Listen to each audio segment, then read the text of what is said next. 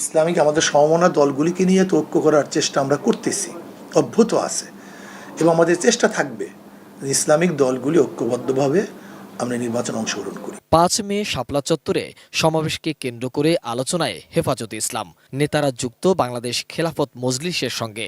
দীর্ঘ কারাভোগের পর মুক্ত দলটির মহাসচিব মাওলানা মামুনুল হক ভাবছেন ঐক্য নিয়ে।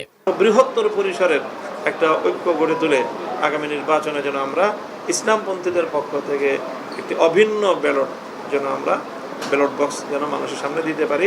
সেক্ষেত্রে মানুষ আশা করি যে ইসলামপন্থীদের জন্য তারা তাদের সমর্থনটা ব্যক্ত করবে। বিগত নির্বাচনগুলোতে আওয়ামী লীগ কিংবা বিএনপির সঙ্গে জোট না করলেও এবার ইসলামী জোটে আগ্রহ জাকের পার্টিরও।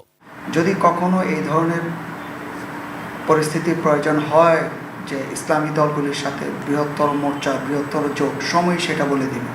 রাজনৈতিক দল ও দলের নিবন্ধন হারিয়ে জামায়াত আবার ঘুরে দাঁড়াতে চাইছে। দেশের বেশিরভাগ ইসলামী দল যখন ঐক্যবদ্ধ হবার পথ খুঁজছে, তখন জামাতের আমিরের কথায়ও উঠে এসেছে এই প্রসঙ্গ। বাস্তবতার প্রয়োজনে সবাই যেহেতু ফিল করছেন, আমরাও ফিল করি, তবে সময় মতোই ইনশাল্লাহ আপনারা দেখতে পারবেন যে আমরা কোন পথে হাঁটি।